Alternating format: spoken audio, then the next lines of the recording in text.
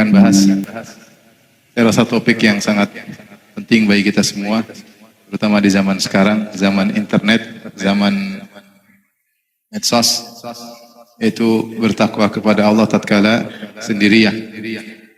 Yang secara umum Allah menyuruh kita untuk bertakwa. Ya ayyuhalladzina amanu taqullaha haqqa tuqatih. Wahai orang yang beriman, bertakwalah kepada Allah dengan sebenar-benar takwa. Dan terlalu banyak dalam Al-Quran, ittaqullah, ittaqullah, bertakwalah, bertakwalah. Yang kita tahu hakikat takwa adalah melakukan ketaatan dan menjauhi larangan. Dan terlebih lagi, puncak takwa, takwa tatkala bersendirian. Nabi SAW pernah berwasiat kepada seorang sahabat, ittaqillaha haitsuma kunt. Bertakwalah kepada Allah dimanapun engkau berada. Ya, haitsuma kunt maksudnya dimanapun dan kapanpun, tatkala di depan banyak orang maupun tatkala bersendirian. Dan kata takwa sendiri, kalau secara bahasa maknanya adalah penghalang. Ya. Dan dimaksudkan jika disebut takwa dengan albir, maka takwa itu lebih spesifik tentang meninggalkan maksiat. Ya, tentang meninggalkan maksiat. Sebagaimana dikatakan oleh penyair, khallid dzunuba saghiraha wa kabiraha dzaka tuqa wasna kamashin fawqa ardi syauqi yahdharu ma yara la tahqiranna saghiratan innal jibala minal asa. Tinggalkanlah dosa yang besar maupun yang kecil, itulah hakikat dari takwa. Jadilah engkau seperti orang yang berjalan di atas tanah yang penuh dengan duri, maka dia akan berjalan dengan waspada, duri besar, duri kecil. La tahqiranna saghiratan, dan janganlah engkau meremehkan dosa yang kecil, sungguhnya gunung tersusun dari batu-batu yang kecil. Seorang kalau dia waspada meninggalkan dosa-dosa, ya, dosa kecil dia waspada, maka dia akan selamat. Tapi kalau dia cuek, memudahkan dirinya melakukan dosa kecil, akhirnya dia mudah melakukan dosa besar. Ibarat seorang kalau berjalan melewati, seperti disebut oleh Ibnu Qayyim rahimahullahu taala, jika seorang melewati pecek, maka dia berusaha jalan pelan-pelan, diangkat sarungnya atau diangkat izarnya. Tapi ketika ternyata sarungnya, izarnya atau celananya kena pecek sedikit, akhirnya dia cuek. Akhirnya dia cuek. Kalau bahasa Jawa, wes kadung ya. Oleh karenanya, tapi kalau dia selalu berusaha, tatkala ada kotor sedikit dia bersihkan, maka dia akan mudah selamat. Jadi kita dituntut untuk meninggalkan dosa, ya. Dan itu adalah hakikat takwa, dosa besar maupun dosa kecil. Kita tidak meremehkan dosa apapun, baik besar maupun kecil, karena kita memandang siapa yang kita maksiati. Kita memandang kepada siapa yang memerintahkan kita untuk bertakwa, yaitu Allah Subhanahu wa taala. Dan di zaman ini, seperti tadi saya sebutkan, ya, bertakwa tatkala sendirian semakin tertuntut, karena sarana untuk bermaksiat semakin banyak dengan bervariasi dengan varian-variannya. Semua yang mau kita lihat, yang mau kita akses, bisa diakses. Berbeda dengan zaman dahulu. Zaman dahulu orang kalau bermaksiat, mau melihat yang haram, mau akses yang haram, tidak bisa, karena tidak ada akses dan sarana. Tapi zaman sekarang, seorang bisa melihat apa saja. Dan kita sudah lihat betapa banyak kerusakan timbul akibat hilangnya rasa takwa tatkala bersendirian. Banyak rumah tangga yang hancur, banyak penuntut ilmu yang terfitnah dengan fitnah wanita, gara-gara hilangnya takwa tatkala sendirian. Betapa banyak pemuda yang mengeluh dan kepada saya dalam bentuk tulisan, bahkan bertemu secara langsung, terjebak dengan syahwat, kemudian tertawan dengan syahwatnya sehingga dia tidak bisa, ya, meninggalkan kecanduan maksiat yang dia lakukan. Kenapa? Karena hilangnya takwa tatkala sendirian. Maka pembahasan ini penting bagi kita semua agar kita ditolong oleh Allah Subhanahu wa taala untuk bisa bertakwa, bukan hanya tatkala di hadapan banyak orang, tetapi juga tatkala sedang bersendirian. Baik, Allah Subhanahu wa taala menyebutkan banyak dalil tentang keutamaan bertakwa kepada Allah takut kepada Allah tatkala sendirian. Banyak ayat. Di antaranya dalam surat Al-Mulk ayat 12 itu Allah berfirman, innal ladzina yakhshawna rabbahum bil ghaibi lahum maghfiratun wa ajrun kabir. Sungguhnya orang-orang yang takut kepada Rabb mereka bil ghaib tatkala bersendirian. Lahum maghfirah, bagi mereka ampunan, wa ajrun kabir, dan ganjaran yang besar. Kenapa ganjaran atau pahala dari bertakwa kepada Allah tatkala sendirian ternyata pahalanya besar? Karena ini bukti iman seorang yang benar. Kalau kita ingin tahu iman kita benar atau tidak, maka inilah ujiannya. Kata para ulama, jika terkumpul pada dirimu dua hal, ketahuilah bahwasanya kau sedang diuji. Pertama, tidak ada yang melihatmu. Yang kedua, akses untuk maksiat mudah. Akses untuk maksiat mudah. Jika telah terkumpul padamu dua perkara ini, ketahuilah kau sedang diuji, maka kau akan tahu kualitas imanmu ketika itu. Siapa yang lolos atau lulus dalam ujian ini, maka dia akan mendapatkan ampunan wa ajrun kabir, ganjaran yang besar. Kenapa? Berarti dia telah menghadirkan muraqabatullah. Dia merasa diawasi oleh Allah Subhanahu wa taala senantiasa. Terutama tatkala dia sendirian, dia tahu Allah sedang melihatnya, Allah sedang memandangnya, Allah sedang menilainya. Dan di antara nama-nama Allah adalah Ar-Raqib. Innallaha kana 'alaikum raqiba. Ar-Raqib artinya memandang sambil fokus mengawasi. Makanya diartikan dengan maha mengawasi. Dia lebih spesifik daripada Al-Basir. Al-Basir maha melihat. Ya, Ar-Raqib maha mengawasi. Bahkan Allah menamakan dirinya dengan Al-Khabir. Ketika Allah berbicara tentang pandangan mata, Allah berfirman, "Qul lil mu'minina yaghuddu min absarihim wa yahfadhu furujahum, dzalika azka lahum, innallaha khabirun bima yasnaun." Katakanlah kepada orang yang beriman untuk menundukkan sebagian pandangan mereka dan menjaga kemaluan mereka. Dzalika azka lahum, itu lebih suci bagi mereka. Innallaha khabirun bima yasnaun, sungguhnya Allah Maha Khabir. Khabir itu mengetahui dengan detail, memandang dengan detail. Ya. Bima yasnaun, Allah memandang, mengetahui dengan detail. Jadi bukan sekedar ilmu, tapi dia mengilmui dengan detail, namanya khabir, yaitu benar-benar ahli, benar-benar pakar. Dia memandang dengan detail, mengetahui dengan detail apa yang kalian lakukan. Makanya dikatakan jika seorang berbicara dengan temannya, kemudian dia melirik ada wanita yang lewat, maka sebelum dia mengedipkan matanya, maka Allah sudah tahu dan Allah sudah catat, meskipun teman depannya tidak tahu apa yang dia lihat. Tapi Allah khabir. Allah khabir. Makanya Allah mengatakan, ya'lamu kha'inatal a'yun wa ma tukhfis sudur. Allah mengetahui pengkhianatan lirikan mata, dan Allah mengetahui isi hati manusia. Jangankan lirikan matamu, gerak-gerik matamu, sedangkan apa yang bergulir di hatimu, Allah pun tahu. Maka orang yang bisa bertakwa tatkala bersendirian, berarti akidahnya kuat. Dia meyakini Allah Maha melihat apa yang dia lakukan secara detail. Dia tahu, dia yakin bahwasanya Allah menilai setiap lirikan matanya. Kemudian dia, ya, keyakinannya tersebut membuat dia menghalangi dirinya dari berbuat kemaksiatan. Maka dia telah menghadirkan muraqabatullah, dan dia telah mencapai derajat ihsan. Anta budallaha ka'annaka tarahu, fa illam takun tarahu fa innahu yarak, yaitu dia beribadah kepada Allah dan dia merasa yakin bahwasanya Allah sedang melihatnya. Dan kita tahu derajat paling tinggi adalah derajat al-ihsan. Maka jika seorang bisa bertakwa kepada Allah tatkala sendirian, maka dia mendapat ganjaran yang besar. Allah mengatakan lahum maghfirah, diampuni oleh Allah Subhanahu wa taala dosa-dosanya, wa ajrun kabir, dan dia akan mendapatkan ganjaran yang besar. Dia mendapatkan double, dosanya diampuni, ditambahkan plus ganjaran yang besar. Ayat berikutnya dalam surat Qalf ayat 33, Allah berfirman juga tentang model manusia spesial yang bisa bertakwa kepada Allah ketika dalam kesendiriannya. Wa uzlifatil jannatu lil muttaqina ghaira ba'id. Kemudian surga pun ditekatkan. Uzlifat maksudnya didekatkan kepada orang-orang bertakwa dan tidak jauh. Dan ini diantara bentuk pemulihan Allah terhadap orang-orang yang beriman, di mana surga didekatkan kepada mereka agar mudah mereka masuk ke dalam surga tersebut.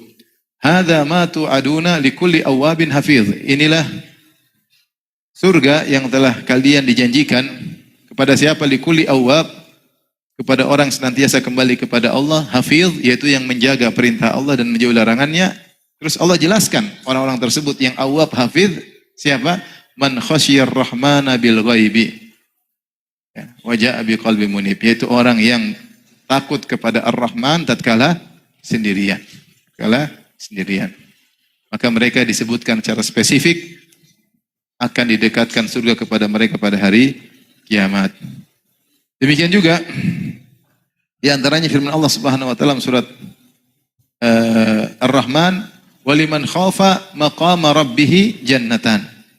Dan bagi orang yang takut akan kedudukan Rabbnya, dia akan mendapatkan 2 surga. Maka sebagian ahli tafsir menyebutkan tafsir ini, itu waliman khafa maqama rabbih jannatan. Demikian juga ayat yang semisalnya, wa amma man khafa maqama rabbih wa nahan nafsa 'anil hawa fa innal jannata hiyal ma'wa, dalam surat An-Nazi'at. Dan orang yang takut kepada kedudukan Rabbnya dan menahan dirinya dari hawa nafsu, maka baginya surga. Ayat ini terkait dengan orang yang terbetik hatinya untuk bermaksiat. Syahwatnya mulai tergerak, kemudian dia ingat Allah Subhanahu wa taala. Dia ingin melakukan maksiat, tiba-tiba dia mengingat Allah Subhanahu wa taala, maka dia pun berhenti dari maksiat tersebut karena dia takut kepada Allah meskipun dalam kesendirian. Maka dia mendapatkan 2 surga. Baik. Ini semua dalil-dalil yang menunjukkan akan keistimewaan orang yang takut kepada Allah tatkala sendirian, bertakwa kepada Allah tatkala sendirian. Allah Subhanahu wa taala memuji para sahabat dengan bagaimana mereka lulus dari ujian Allah ketika mereka sedang berihram. Jadi kita tahu di antara aturan ihram, kalau orang sedang berihram maka tidak boleh berburu, ya. Boleh mengambil saydul bahri, kalau ada ikan di laut boleh, tapi kalau saydul bar, yaitu buruan di darat, maka tidak boleh diburu. Itulah di antara larangan ihram. Tidak boleh berburu. Kalau ada kelinci misalnya, atau ada hewan-hewan buruan, maka tidak boleh diburu, meskipun mereka dalam kondisi lapar. Ternyata Allah menguji para sahabat. Allah sebutkan dalam surat Al-Ma'idah ayat 94, Allah mengatakan, ya ayyuhalladzina amanu la yabluwannakumullahu bisyai'in minas saydi tanaluhu aydikum wa rimahukum liya'lamallahu may yakhafuhu bil ghaib. Wahai orang yang beriman, sungguh benar-benar Allah akan menguji kalian dengan sedikit hewan buruan. Tanaluhu aydikum wa rimahukum, yang mudah kalian tangkap atau mudah kalian panah. Liya'lamallahu may yakhafuhu bil ghaib, agar Allah mengetahui mana di antara kalian yang takut kepada Allah tatkala bersendirian. Jadi Allah sengaja menguji hamba. Dan kala itu para sahabat diuji, mereka sedang berihram, mereka dalam kondisi lapar, tiba-tiba ada hewan lapar,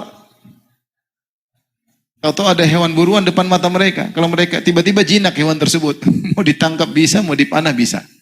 Mereka dalam kondisi apa? Lapar. Jadi ini ujian bagi mereka. Ternyata mereka takut kepada Allah meskipun tidak ada yang melihat mereka. Dan Allah sengaja menguji tersebut. Allah berkata, liya'lamallahu may yakhafuhu bil ghaib, agar Allah tahu mana di antara hambanya yang takut kepadanya tatkala bersendirian. Dari sini saya katakan tadi, sebenarnya Allah mengatakan, kalau sudah terkumpul pada dirimu 2 hal, tidak ada yang lihat. Pertama, tidak ada yang lihat. Yang kedua, akses untuk maksiat mudah, ketahuilah kau sedang diuji oleh Allah. Allah ingin tahu takwamu benar atau tidak. Allah ingin tahu bagaimana kualitas imanmu. Sebagaimana para sahabat diuji dan akhirnya mereka lulus dari ujian tersebut, radhiyallahu taala anhum ajma'in. Ya. Saking begitu sulitnya ini takwa dalam kesendirian, ya. Ya. Allah Subhanahu wa taala, ya, menyebutkan contoh dalam Al-Quran bagaimana sosok seorang yang berhasil bertakwa dalam kesendiriannya ketika tidak ada orang lain yang tahu. Seperti kisah siapa? Kisah Nabi Yusuf alaihissalam. Kisah Nabi Yusuf alaihissalam. Yang kita tahu diuji dengan ujian yang sangat berat. Seandainya dia bermaksiat maka tidak ada yang tahu. Ya. Kata Allah, warawadatu allati huwa fi baitiha nafsihi wa ghallaqatil abwaba wa qalat hayta lak. Qala ma'adzallah innahu rabbi ahsana mathwaya innahu la yuflihudz zalimun.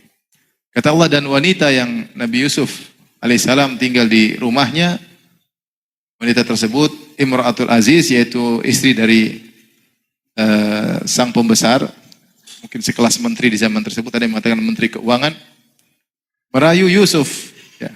Wa ghallaqatil abwab, kemudian dia menutup segala pintu-pintu, ya, segala pintu tertutup semuanya. Ya. Kemudian wa qalat hayta lak, kemudian dia mengatakan silakan wahai Yusuf. Dan ini ujian yang sangat berat karena tidak ada orang kecuali hanya dia dengan siapa? Yusuf. Dan itu pintu semua tertutup. Dan sang wanita sangat cantik jelita karena dia istri menteri. Kalau menteri yang benar pasti cari istri yang cantik. Bangsawan yang benar pasti cari istri yang cantik. Pastilah, laki-laki ya. Jadi Imratul Aziz yang konon namanya Zulekha ini sudah sangat cantik. Dan selain cantik, ternyata dia menghias dirinya. Dalam sebagian qiraat disebut wahi tulak, yaitu aku siapkan diriku untuk dirimu. Jadi dia sudah cantik, kemudian dia menghiasi dirinya dengan kecantikan. Kemudian dia telah menutup segala pintu. Wa ghallaqatil abwab, segala pintu-pintu sudah ditutup. Kemudian dia adalah wanita yang duitnya banyak karena dia istri bangsawan. Kemudian ujian berikutnya dia yang mulai merayu. Betapa banyak lelaki ketika di hadapan wanita dia tidak tergoda. Tetapi ketika wanita yang mulai menggoda, dia mulai goyang ya. Ternyata gue ganteng juga ternyata misalnya. Ternyata saya oke juga. Kok bisa wanita tersebut tertarik sama saya? Mulai imannya apa? Goyang, mulai jenggotnya goyang, akhirnya goyang-goyang yang lainnya. Ya. Kemudian Yusuf alaihissalam dia juga jauh dari kerabatnya. Dia di Mesir sementara keluarganya di Palestina. Jarak antara Mesir dengan Palestina sangat jauh. Artinya kalau dia maksiat, tidak usah malu-malu. Seorang takut bermaksiat kalau ketahuan keluarganya, ketahuan kakaknya, ketahuan kabilahnya. Tapi dia orang asing di Mesir. Kemudian dia masih muda. Tentu syahwat, gejolak syahwat pemuda tidak sama dengan syahwat kakek-kakek dan nenek-nenek. Tentu berbeda. Ya. Sehingga Nabi Yusuf alaihissalam diuji dengan ujian yang berat. Tatkala dia sedang bersendirian dengan Zulekha. Artinya kalau dia melakukannya nggak ada yang tahu. Tetapi dia takut kepada Allah Subhanahu wa taala. Maka dia pun kabur. Di antara Yusuf berkata, "Innahu rabbi ahsana mathwaya." Sungguhnya Rabbku telah berbuat baik kepadaku. Ada dua tafsiran di kalangan para ulama tentang makna innahu rabbi ahsanu mathwaya. Ada yang mengatakan innahu rabbi maksudnya tuanku, yaitu suamimu wahai Zulekha. Yaitulah majikan laki-laki, ku telah berbuat baik kepadaku, telah memuliakan aku. Bagaimana aku membalasnya dengan keburukan berkhianat dengan istrinya. Pendapat lain mengatakan innahu rabbi itu Allah Subhanahu wa taala. Rabbku Allah telah berbuat baik kepada aku, telah berikan aku berbagai macam kenikmatan.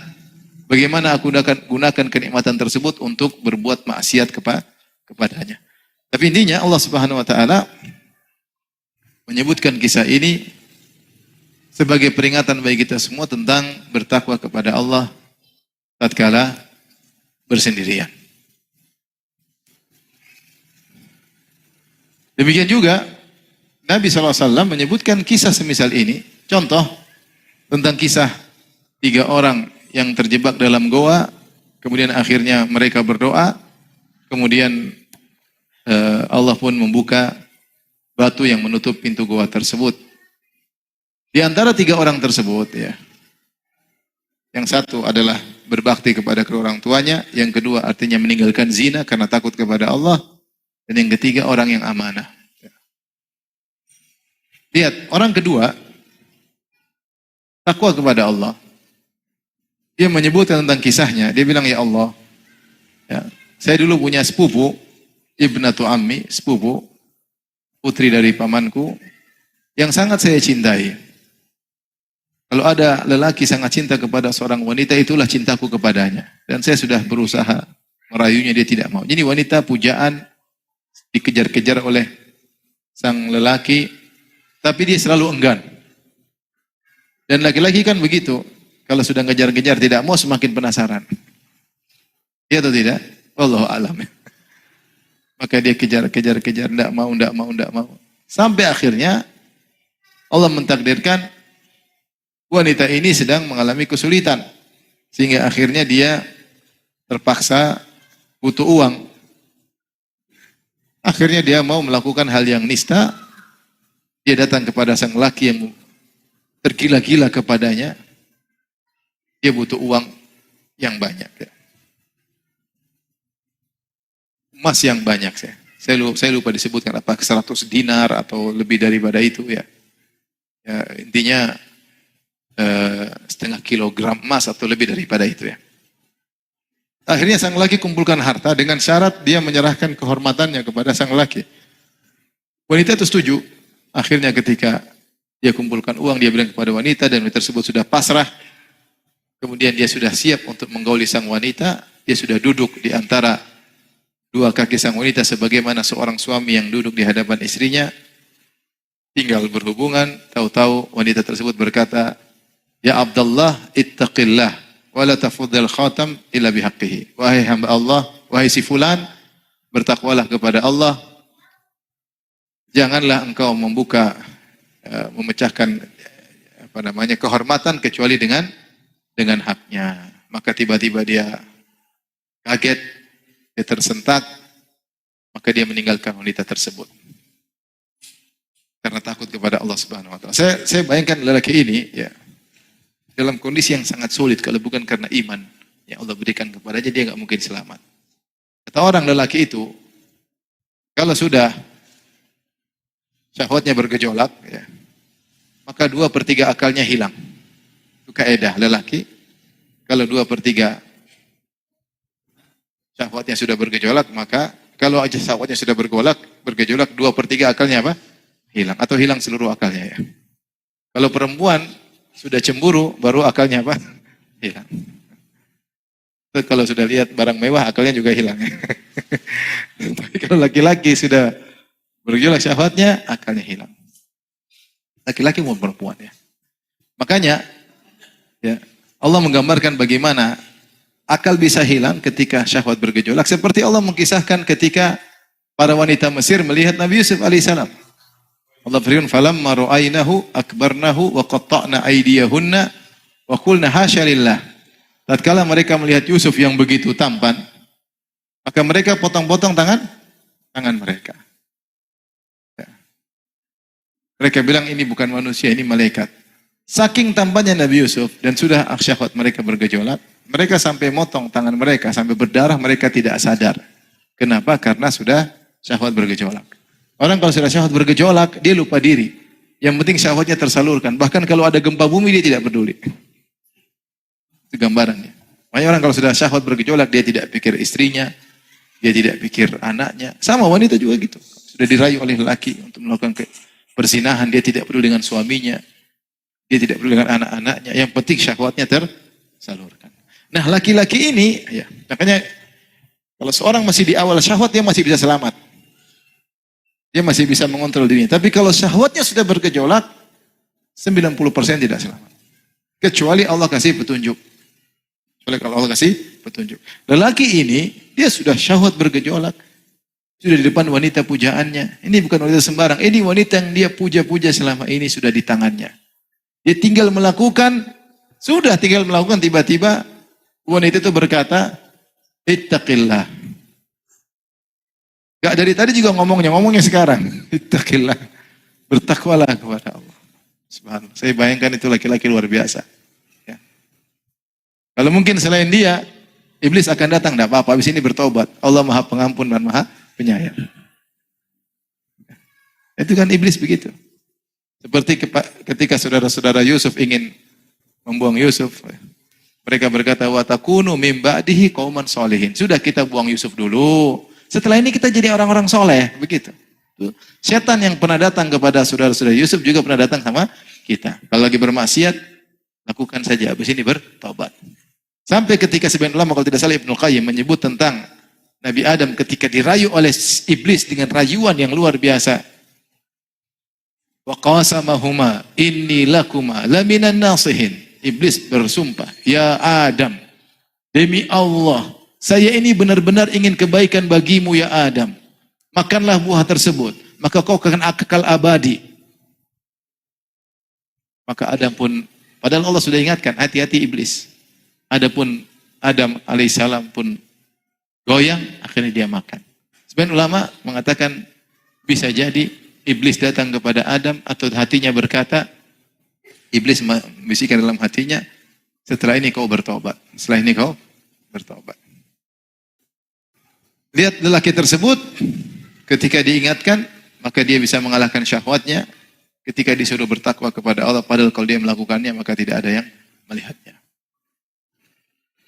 Rasulullah sebutkan contoh ini, ya, agar kita tahu kemuliaan bertakwa kepada Allah Subhanahu wa Ta'ala bersendirian. Akhirnya pintu goa mulai bergeser. Orang yang ketiga juga luar biasa. Orang yang ketiga luar biasa. Bertakwa kepada Allah tatkala sendirian. Di antara makna tatkala bertakwa dalam tatkala sendirian itu Allah tentang juga sebenarnya mengatakan adalah mengenai bertakwa dalam masalah amalan hati. Itu kau melawan hasad karena kau tahu Allah mengetahui isi hatimu. Orang tidak ada yang tahu. Tapi kau takut kepada Allah karena hasad adalah dosa misalnya. Ya. Engkau takut riya. Orang tidak ada yang tahu kau riya. Karena ini masalah hati. Yang tahu hanya Allah. Tapi kau lawan karena kau tahu Allah tidak suka dengan hal tersebut. Kau merasa dirimu sombong dan kau sadar, maka kau lawan. Kau merasa dirimu ujub, maka engkau lawan. Karena kau tahu Allah tidak suka dengan orang yang ujub dan orang yang sombong. Di antara amalan bertakwa kepada Allah dalam kesendirian adalah bertakwa kepada Allah dalam urusan hati. Karena tidak ada yang tahu isi hati kecuali apa? Kecuali Allah Subhanahu wa Ta'ala. Orang ketiga, sebagaimana kita tahu kisahnya masyhur. Dia punya kanali ujara, dia punya para pekerja, suruh bekerja. Kemudian semua pekerja dia sudah kasih gajinya, kecuali satu orang. Dikasih gaji, kata dia nanti aja. Disimpanlah gaji tersebut. Dalam riwayat disebutkan salah satu asa. Cuma 3 sa', yaitu satu sa' kira-kira 3 kilo, kira-kira 9 kilo, 9 kilo entah tumbuhan tertentu, entah gandum atau yang lainnya. Kemudian dia pergi. Akhirnya bosnya ini, orang ini, dia pun berniat baik, maka dia pun mengembangkan, dia tanam 3 sok itu atau dia jual belikan, pokoknya dia kembangkan. Dia kembangkan 3 sok tersebut, berkembang, akhirnya dari 9 kilo ini berubah, dia belikan onta, dia belikan kambing, dia belikan sapi, sampai jadi banyak. Dan dia niatnya semuanya hasilnya untuk orang tersebut, karena dia mengelolanya untuk kebaikan orang tersebut. Akhirnya setelah sekian tahun, setelah berubah menjadi banyak onta, banyak kambing, banyak sapi, orang ini datang. Kata dia, ya Abdullah ittaqillah, a'tini haqqi. Wahai bos, bertakwa kepada Allah, mana gajiku dulu? Sekarang baru datang. Maka bosnya berkata, semua yang kau lihat itu adalah milikmu. Kambing-kambing, onta-onta, sapi-sapi. Kata dia, ya Abdullah, la tahza' bi. Wahai bos, jangan ngejek aku. Ini main-main. Kan dia tahu gaji dia cuma sedikit. Kata bosnya, benar itu semua punyamu. Benar? Benar. Maka dia pun ambil seluruh onta-onta, dia ambil seluruh sapi, dia ambil seluruh kambing, dia bawa pergi tanpa menyisakan 1 ekor pun sebagai tanda terima kasih. Kan? Dia bawa semuanya. Mungkin kalau kita, kan tidak ada yang tahu cuma siapa? Allah. Yang tahu niat saya mengelola itu untuk dia siapa? Allah. Saya tidak pernah bikin perjanjian di notaris, tidak pernah. Yang tahu tidak ada perangkonya, yang tahu cuma saya dengan Allah Subhanahu wa Ta'ala. Mungkin kalau orang tidak takut kepada Allah, saya cuma bercanda aja. Ini, ambil beras nih 9 kilo. Cuma karena dia tahu Allah menilai isi hati, maka dia serahkan semuanya dan orang tersebut tidak berterima kasih. Mengatakan, ya Allah, in kuntu fa'alta dhalik, in kuntu fa'alta dhalik. Ya, ibtiqa wajhik fafruj anna ma kunna fi. Ya Allah, kalau aku melakukannya itu semua karena Engkau ya Allah ikhlas, bukakanlah pintu gua, artinya pintu gua terbuka. Ini contoh juga, dia bertakwa kepada Allah tatkala bersendirian dalam menunaikan amanah. Dalam menunaikan apa? Amanah. Kalau yang pertama, bertakwa kepada Allah tatkala sendirian dalam meninggalkan maksiat. Yang ini bertakwa kepada Allah tatkala sendirian dalam menunaikan amanah, karena tidak ada yang tahu kecuali hanya dia dengan Allah Subhanahu wa taala. Ada kisah zaman sekarang juga yang saya pernah dengar cerita. Pertama, kisah seorang syekh saya dengar langsung, dia cerita. Ada seorang dai, ya, dia sebut namanya dan saya kenal dai tersebut. Ya. Syekh terkenal, sering beri pengajian. Dia suatu hari sedang bersafar ke luar negeri, ke luar Arab Saudi. Kemudian singgah dia di suatu kamar, di hotel. Tahu-tahu di malam hari, datanglah seorang wanita mengetuk pintu. Dia kira petugas hotel, dia buka, ternyata wanita sedang berhias dengan penuh menggoda. Dengan kecantikan luar biasa, dengan seksi luar biasa. Merayu syekh tersebut. Akhirnya syekh tersebut segera tutup pintu, dia kunci. Kemudian dia sholat, dia takut. Itu wanita ketuk pintu. Syekh. Ini cerita ya, ilustrasi aja intinya. Tengah malam, maka syekh tersebut kemudian, apalagi seorang jauh dari istri sendirian, tidak gampang kalau sendirian, tidak ada istri, tidak ada teman, tidak ada kawan. Ya, yang aja hanya Allah dan malaikat yang mengawasi. Maka syekh tersebut cerita dia pun sujud kepada Allah. Dia menangis. Dia bilang, ya Allah, selama ini saya berdakwah, apakah harus hancur malam ini semua yang sudah saya usahakan? Dia menangis, dia berdoa, dia menangis. Sampai panggilan tersebut tidak ada lagi. Selamat, alhamdulillah. Kemudian perjalanan selesai, dia pulang, turun di Jeddah.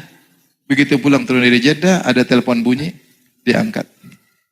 Ya, Syekh Fulan, iya, saya punya putri, ingin engkau nikahi putriku. Subhanallah.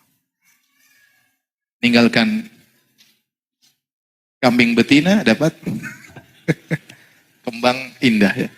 Akhirnya Allah gantikan dengan yang lebih baik. Jadi dia menikah dengan wanita yang cantik juga ya. Ini kisah ya. Kisah yang lain terjadi di UIM. Allah alam akan kebenaran, tapi bisa diceritain sama teman saya ya, dari Libya. Cerita, kata Firanda, kok nggak ingat kisah? Kisah apa? Yusuf Afrika. Gimana maksudnya Yusuf Afrika? Dia bilang satu hari, kan kita di kampus itu ada namanya Wihda 1, Wihda 2. Wihda 2 itu ada satu kamar, ada 4 kamar. Jadi masuk kamar, dalamnya ada 4 kamar disekat. Salah satunya situ ada orang Afrika sama orang Rusia. Mereka satu kamar. Ketika mereka akan pulang ke liburan biasa, masing-masing belikan oleh-oleh buat istrinya. Ini orang Rusia, dia beli jilbab, beli abaya. Kemudian dia coba di kamar.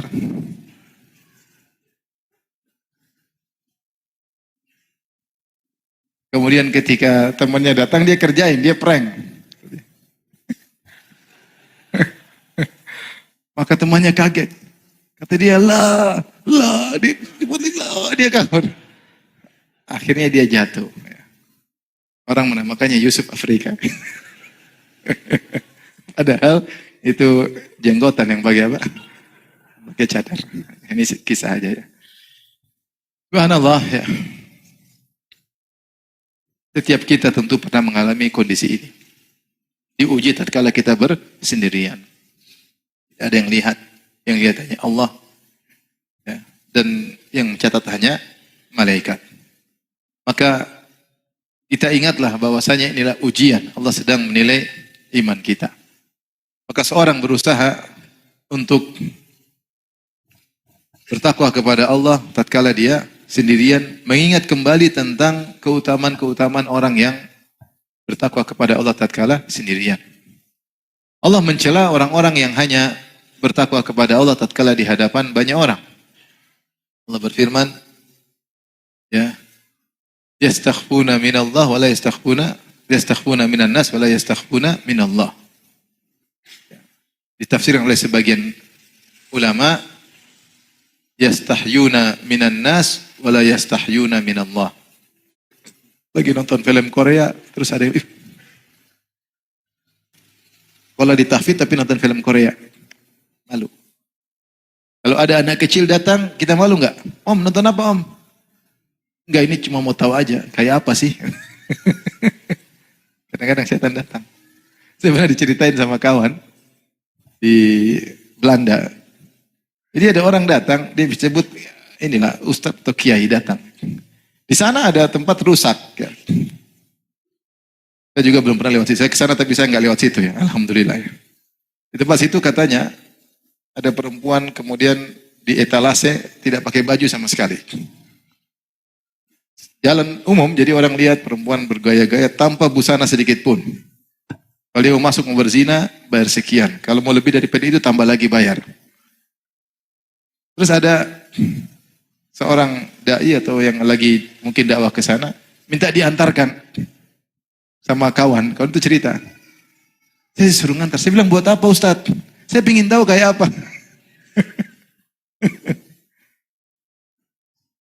Nggak perlu. Setan sering datang, kita masuk di dunia maya, kemudian bilang pingin tahu terjebak. Hingga akhirnya kita tidak malu lagi kepada Allah Subhanahu wa Ta'ala. Oleh karenanya Nabi SAW menyebutkan dalam satu hadis Tsauban ya, tentang orang-orang yang seperti ini. Rasulullah SAW mengatakan ya, tentang suatu kaum yang mereka datang pada hari kiamat ya, dengan membawa pahala keamsali jibali Tihama. Mereka membawa pahala seperti gunung, seperti pegunungan Tihama.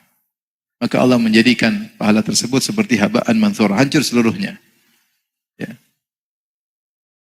Maka para sahabat bertanya siapakah mereka itu? Maka Rasulullah jelaskan, innahum qaumun idza khalau bimaharimillah intahakuha. Mereka adalah suatu kaum yang jika mereka sedang bersendirian dengan halal yang haram maka mereka langgar.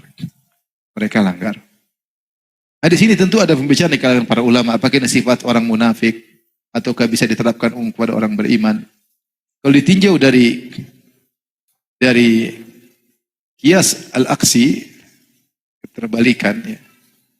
Bukankah Allah mengatakan orang yang bertakwa dalam kesendirian, innalladzina yakhshawna rabbahum bil ghaibi, tadi apa? Lahum maghfirah wa ajrun kabir. Sungguhnya orang-orang yang bertakwa kepada Allah tatkala bersendirian tidak ada yang lihat, bagi mereka ampunan, itu mereka punya dosa-dosa gugur.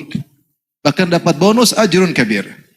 Maka kalau kita lihat kebalikannya, berarti yang tidak bertakwa kepada Allah ketika bersendirian, mereka punya pahala malah gugur. Kalau kita lihat keterbalikannya. Tapi ini hadis ini ada pembahasan. Sebenarnya mendhaifkan, sebenarnya menafsirkan, maksudnya orang munafik. Tapi Rasulullah menjelaskan ada suatu kaum, innahum qaumun idza khalau bimaharimillah intahakuha. Mereka adalah kaum jika mereka di luar secara umum kelihatan bertakwa, tapi ketika bersendirian mereka melanggar larangan Allah. Maka orang-orang tersebut ketika hari kiamat membawa pahala yang banyak, semuanya apa? Semuanya gugur, dijadikan habaan mansura, jadikan seperti debu yang berterbangan oleh Allah Subhanahu wa Ta'ala, karena mereka tidak lulus ujian, mereka tidak bertakwa kepada Allah tatkala sendirian. Baik, ikhwan dan akhwat yang dirahmati Allah Subhanahu wa Ta'ala. Sekarang kembali kepada kita. Kita sudah mendengar banyak kerusakan ya, gara-gara tidak ada takwa tatkala bersendirian. Saya sudah pernah sampaikan juga. Saya punya kawan subhanallah. Dia meninggal rahimahullah. Beliau di Madinah. Saya ahsabuhu salihan. Menurut saya dia orang soleh. Orang soleh. Orang baik. Dia cerita sama saya, dia bermimpi. Bermimpi buruk tentang istrinya. Istrinya di Indonesia. Nah, akhirnya cerai dengan teman saya. Sampai teman saya cerita di antara hal yang memilukan. Ini 17 tahun ke atas, ini sudah besar-besar semua kan. Jadi sampai saya berhubungan dengan istri saya, Ustadz. Istri saya sambil main Facebook. Yang penting kau selesaikan hasrat. Sampai kayak gitu. Fitnah. internet luar biasa. Ini satu kisah. Kisah yang lain, kemarin saya hajian, gue ada yang bertanya, saya lagi haji tahun lalu. Ustaz, ini ada kawan bertanya, kenapa dia pasang CCTV di rumahnya untuk ngawasi anak-anaknya, karena anaknya kayaknya ada masalah, saya lupa sakit atau ada masalah. Istrinya nggak tahu. Ternyata dia lagi buka CCTV, dia dapat istrinya sedang buka laptop atau buka apa. Kemudian mulai buka baju di depan laptop tersebut, interaksi sama orang fitnah luar biasa. Fitnah luar biasa. Pembicaraan cinta bersemi.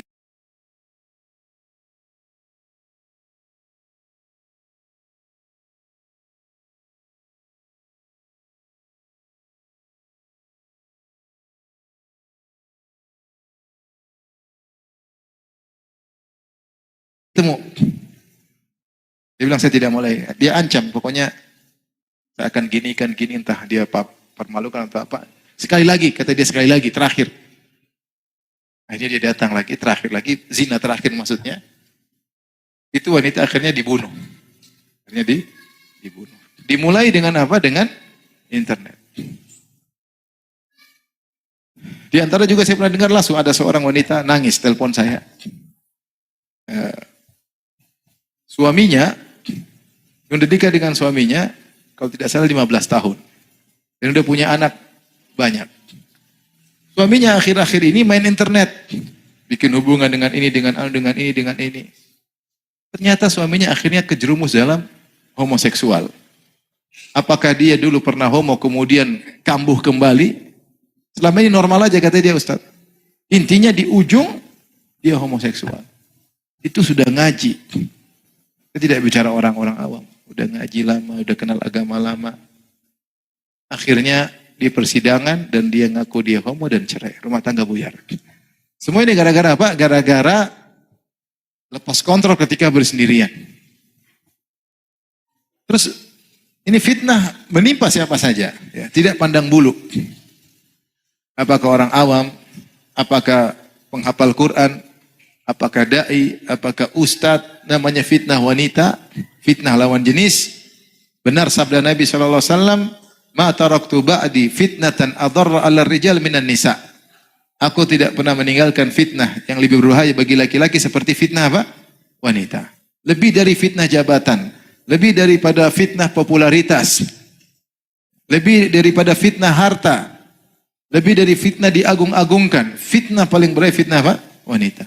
Cerita masih banyak sekali namun saya nggak bisa ceritakan.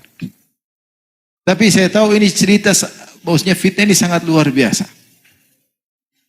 Terus bagaimana kita selamat? Setiap kita punya HP. Ada yang nggak punya HP?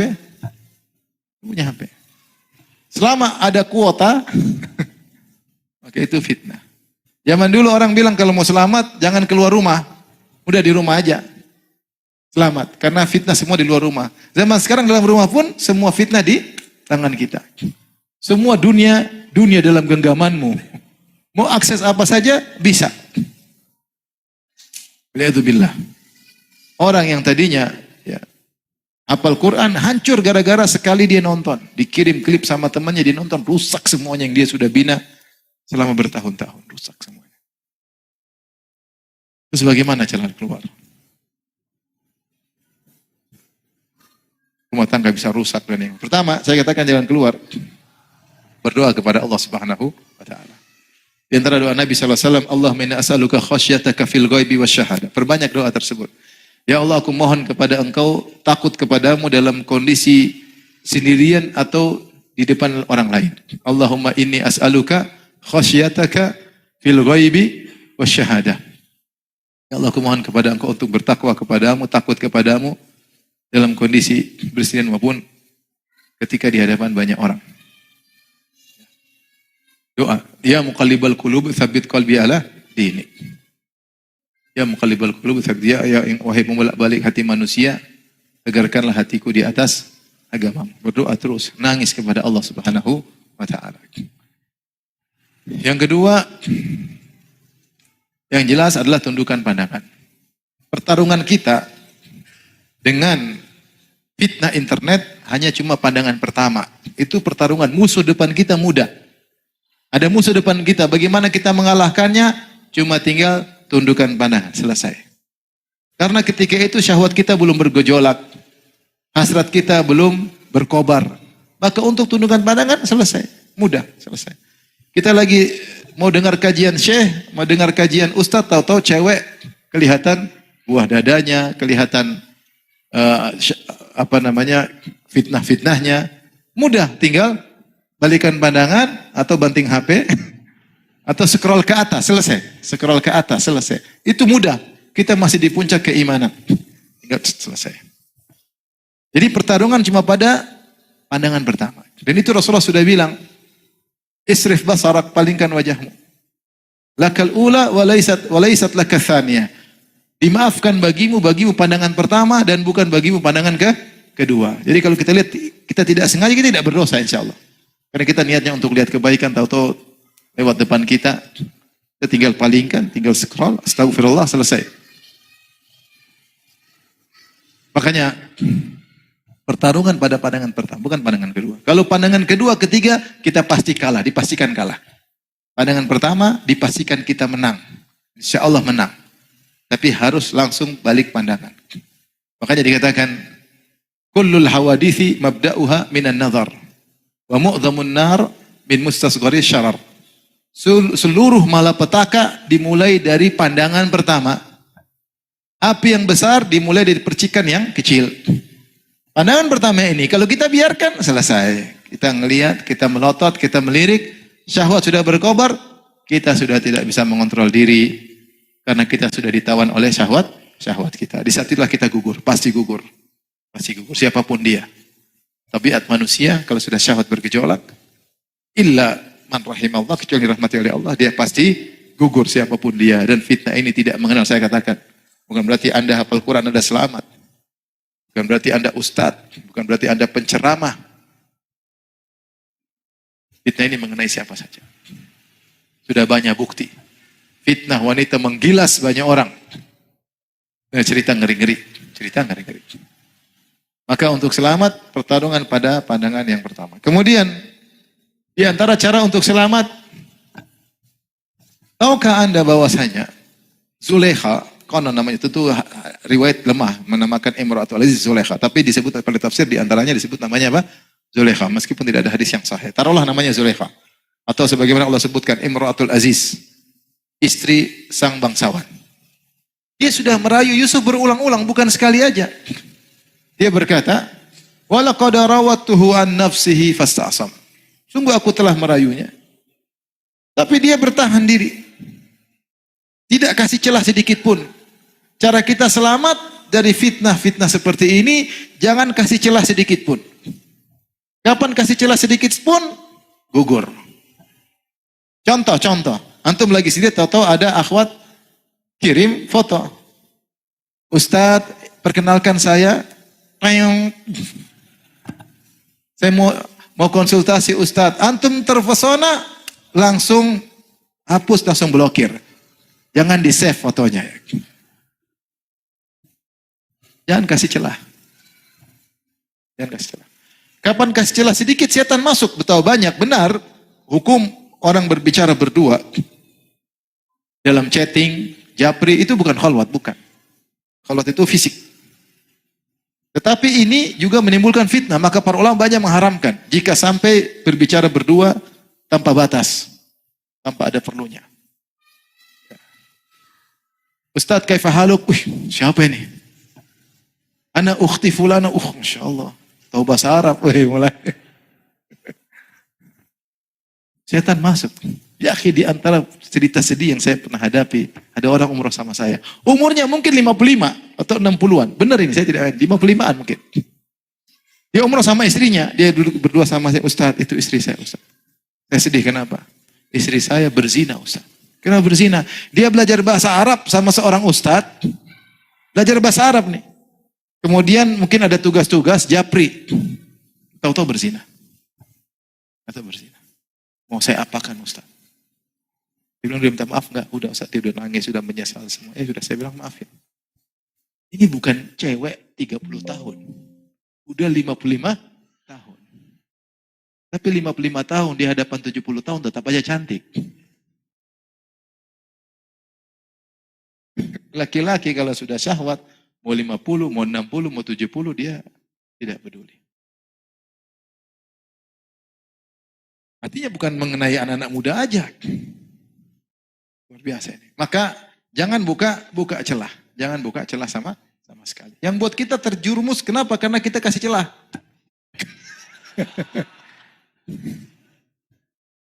Ustadznya lagi, oh kalau buat kamu halal. Masya Allah, udah terbawa. Bukankah orang bisa terpesona dengan tulisan orang? Bisa. Atau bicara di grup itu perempuan bicara dengan bijak. Masya Allah ya. Luar biasa kok jawabannya bijak. Padahal kopas, gak ngerti. Kalau kita kasih celah, kita pasti gugur. Supaya selamat, jangan. Kalau kita nggak tahu iman kita ini nggak tahu kapan iman kita kuat, kapan iman kita jatuh. Bukti membuktikan, kenyataan membuktikan. Lelaki kelemahannya pada sesumbar bisa menjatuhkan juret, akhirnya dia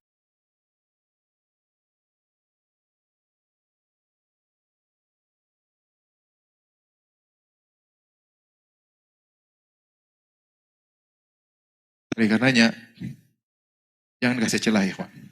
Jangan kasih celah. Saya tidak bisa menjamin diri saya. Saya ini siapa sih? Saya juga laki-laki. Dan saya normal, paham? Kalau cewek goda, tidak tergoda, tidak normal namanya, paham? Alhamdulillah saya masih normal. Saya tetap saja takut dengan fitnah wanita. Meskipun qadarullah istri saya lebih dari satu ya. Tetap aja saya pun masih khawatir. Makanya di antara usaha saya tidak punya nomor telepon perempuan.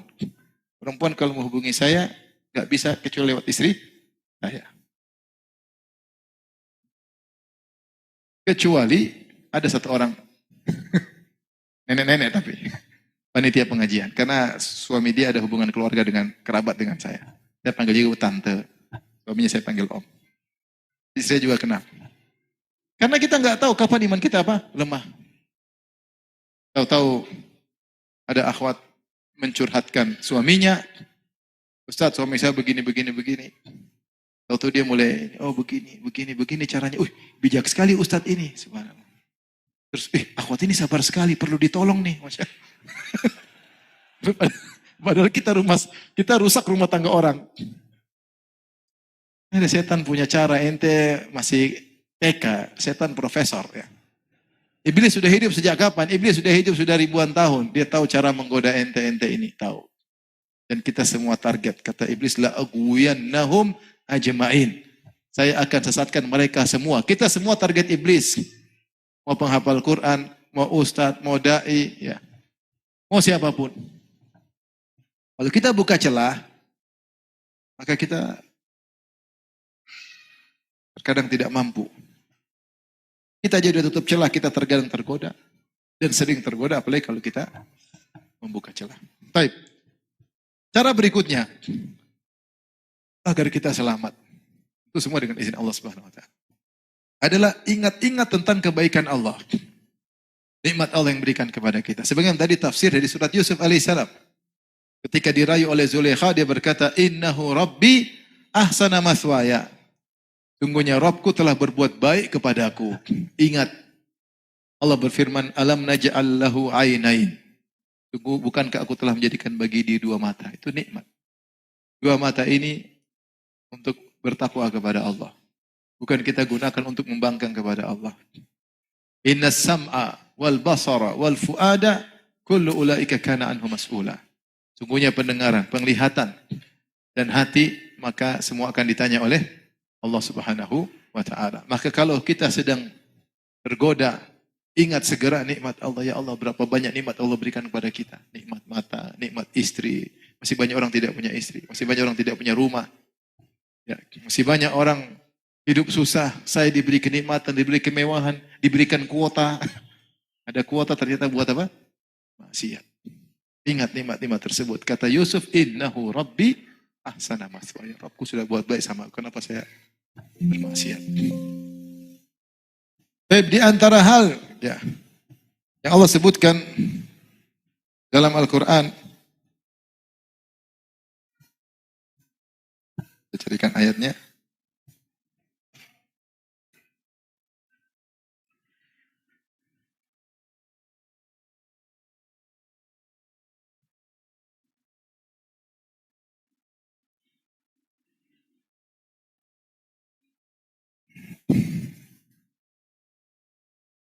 Dalam surat Al-A'raf ayat 201. Ini juga ketika kita tergoda, kita ingat Allah Subhanahu wa taala. Allah berfirman dalam surat Al-A'raf ayat 201, "Innal ladzina taqaw idza massahum ta'ifun minasyaitani tadhakkaru fa idza hum mubsirun." Sungguhnya orang bertakwa, innal ladzina taqaw idza massahum ta'ifun minasyaitan, yaitu dia merasa ada godaan, ada setan yang berkeliling, membisikkan, menggerakkan hasratnya. Ayo lihat, ayo nonton, ayo telepon, ayo dengar. Coba kenang masa lalu, dulu lagu itu enak, dulu lagu itu indah. Coba lihat foto pacarmu dulu, bagaimana kondisinya sekarang. Ini mulai setan mulai berkeliling. Setan 1, setan 2, setan 3. Bisik sana, bisik sini. Dan seorang bertakwa dia sadar, saya sedang tergoda nih. Tergoda. Syahwat mulai bergejolak. Innal ladzina taqaw idza massahum ta'ifun minasyaitan tadzakkaru, jika dia merasa sedang diwaswasi oleh syaitan, maka dia pun ingat kepada Allah, ingat hari kiamat. Ingat bisa jadi dia meninggal ketika dia sedang bermaksiat. Ingat jangan sampai ini adalah su'ul khatimah. Ingat jangan sampai inilah awal dari penyimpangan dia dan seterusnya. Ingat kematian, ya. Fa idza hum mubsirun, maka mereka pun melihat dan sadar, intinya mereka pun sadar ketika ingat Allah Subhanahu wa taala. Jadi selain ingat nikmat-nikmat yang Allah berikan kepada kita, dan terlalu banyak Allah berikan nikmat kepada kita, ingat juga tentang keagungan Allah Subhanahu wa taala. Tadi yang Allah sebutkan, waliman khafa maqama rabbih jannatan. Dan bagi orang yang takut dengan keagungan Allah, bagi mereka dapat 2 surga. Di antara tafsiran para salaf, seorang ingin bermaksiat kemudian dia ingat keagungan Allah Subhanahu wa taala. Di antara orang yang Allah akan naungi pada hari kiamat kelak, rajulun dzakarallaha khalian fafadat aina. Seorang yang tatkala sendirian dia ingat Allah maka dia pun menangis. Ingat, ya Allah, kenapa saya seperti ini? Nangis, minta kepada Allah Subhanahu wa taala agar tidak melanjutkan syahwat yang sedang berkobar tersebut. Rasulullah bersabda, ainani la tamassumahuman nar. 2 mata yang tidak akan disentuh oleh api neraka. Ainun batat tahrusu fi sabilillah, mata yang berjaga tidak tidur karena menjaga daerah perbatasan. Wa ainun bakat min khasyatillah, dan mata yang menangis karena takut kepada Allah Subhanahu wa taala. Ini mata kita gunakan untuk maksiat. Baik, agar kita terhindar dari ini semua. Berikutnya kita juga ingat, kalau seorang sudah terjebak, ini yang keberapa ini? Orang kalau sudah terjebak dengan syahwat mata, dan mata adalah salah satu sarana zina. Dan tidak ada yang bisa terhindar apalagi zaman ini. Semua kita pasti pernah kena. Karena siapa yang berinteraksi dengan medsos, dia pasti pernah melihat haram. Mau TikTok, mau Facebook, mau YouTube, mau apa lagi, Instagram. Semuanya pasti ada perempuan terbuka auratnya, tampil dengan begitu seksinya, dengan indahnya. Pasti di semuanya ada.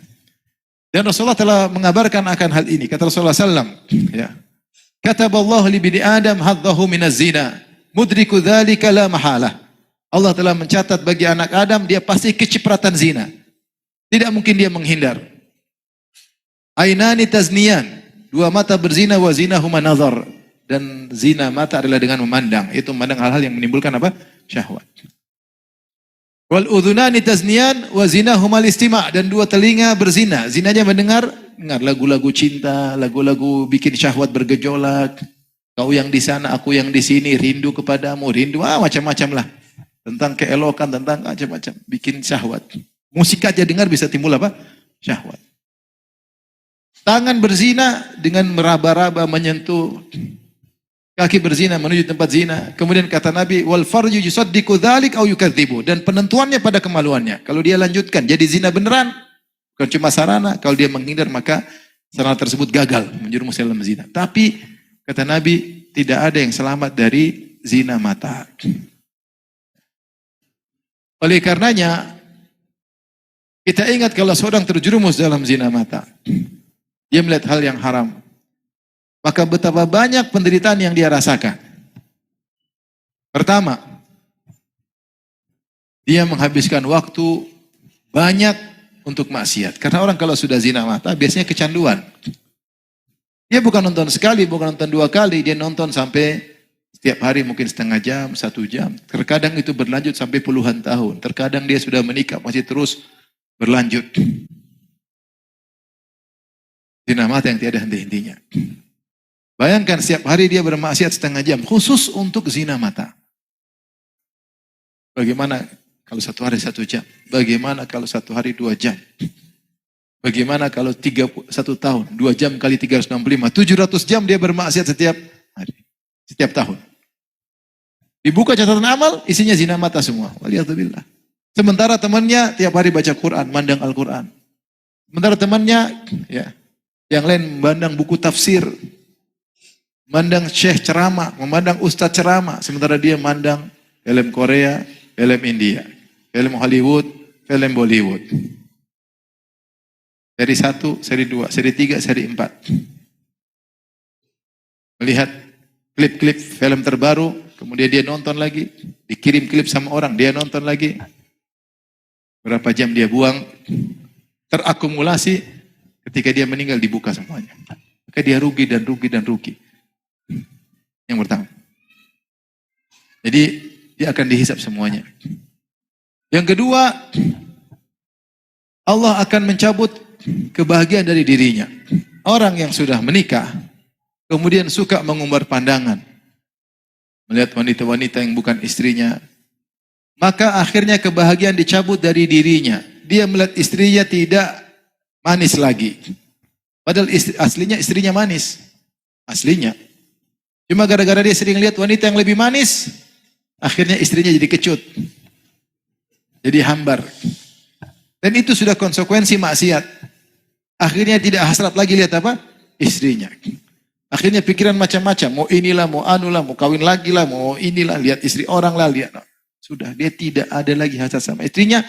Akibat maksiat yang dia lakukan. Bukan karena apa-apa, akibat maksiat. Akibat maksiat. Beda kalau orang tundukkan pandangan. Maka jadilah istrinya selalu menarik, selalu cantik, selalu dia berhasrat selama istrinya. Dia tidak pernah lihat macam-macam.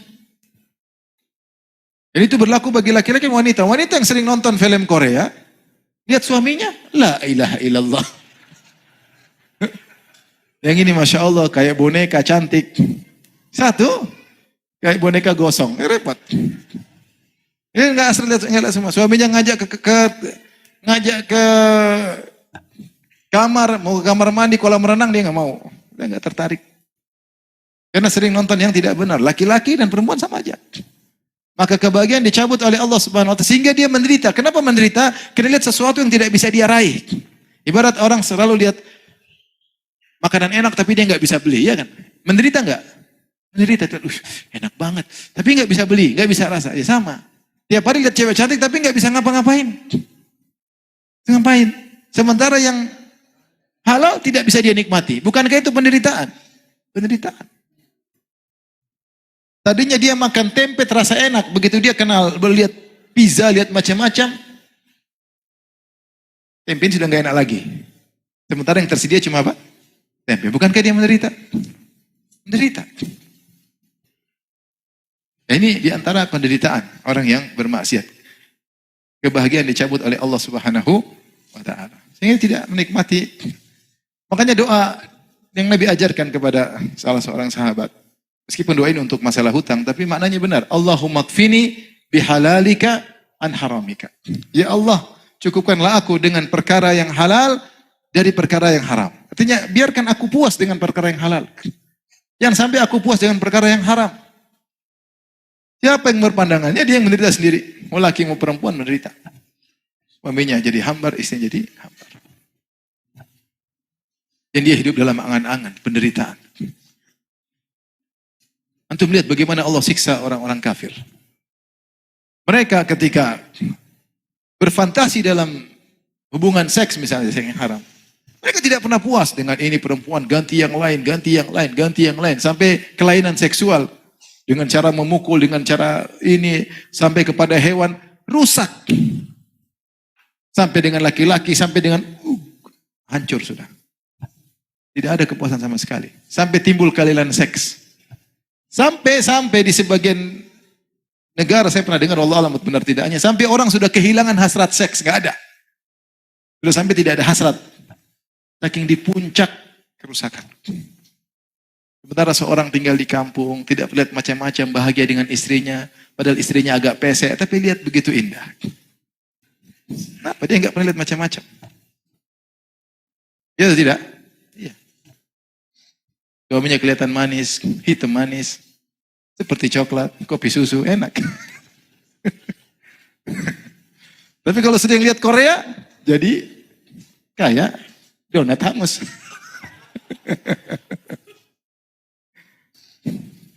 Baik, di antara keburukan, ini saya pernah dengar dari Syekh Abdul Razak cerita. Ada seorang pemuda datang kepada dia. Zaman dulu, bertahun-tahun lalu dia suka nonton macam-macam. Kemudian dia bertobat setelah bertahun-tahun.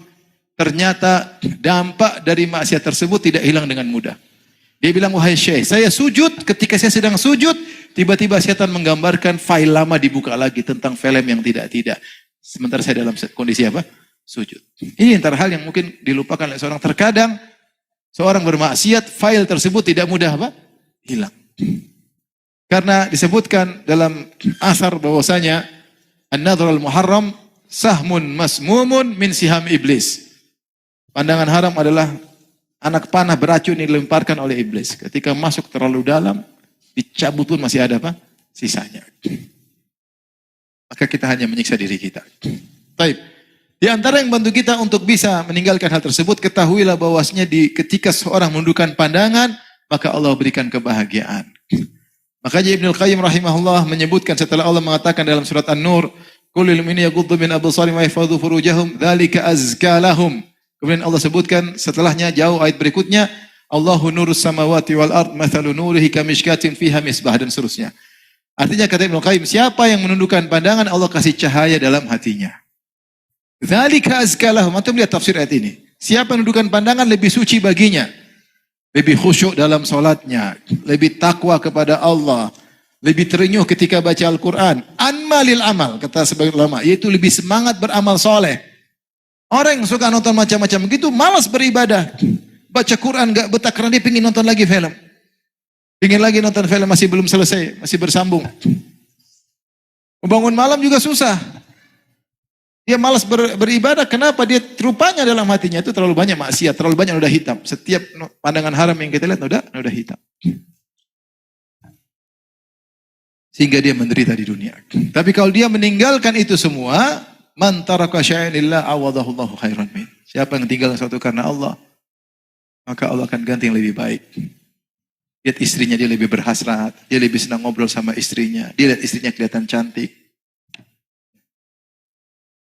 Maka ini nasihat buat saya pribadi dan juga kepada ikhwan dan akhwat. Ini fitnah menimpa siapa saja. Bertakwa kepada Allah tatkala sendirian. Jangan kepo. Kalau tidak bisa bersendiri, jangan bersendirian. Kalau mau apa-apa ajak teman. Kalau khawatir sesuatu sama teman, sama istri. Biar kita tidak terbawa.